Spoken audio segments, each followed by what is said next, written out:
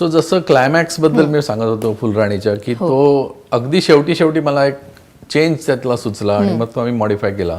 Basically समुद्रावरचा scene आहे ज्याच्यामध्ये सुबोध आणि प्रियदर्शनी असतात आणि तो तिला मनवायला जातो तिकडे वगैरे वगैरे. सो तो सीन पण मी आमच्या कम्प्लीट टीमला फुल फिल्म नॅरेट करत होतो आणि त्या नॅरेशनमध्ये मला सुचत गेला आणि मी नॅरेट केला तो सीन. ऍक्च्युली तो लिहिलेला नव्हता. रिअली? आणि लोकांना they just can't believe it की ऍक्च्युली तो सीन लिहिलेला नाहीये, पण तो नंतर लिहिला मी नॅरेशनच्या नंतर. सो मला असं वाटतं की माझी प्रोसेस अशी आहे की मी जेव्हा माझी एक गोष्ट तयार होते आणि मला वाटतं की पुढे जाईल तेव्हा मी पहिलं नॅरेशन म्युझिक डायरेक्टरला देतो. निलेश मोरीन माझा खूप लाडका म्युझिक डायरेक्टर आहे आणि तो खूप टॅलेंटेड पण आहे.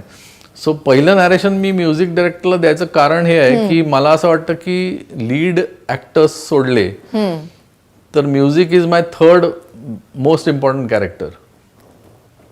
आणि म्हणून मला असं वाटतं की music director should get in to the story with me while it is getting developed. So म्हणून म्युझिक डायरेक्टरला माझं पहिलं नॅरेशन असतं. अच्छा. म्हणजे मग डिटेल नॅरेशन ऍक्टर्सना पण नंतर जातं. अशा टाईप माझी प्रोसेस आहे.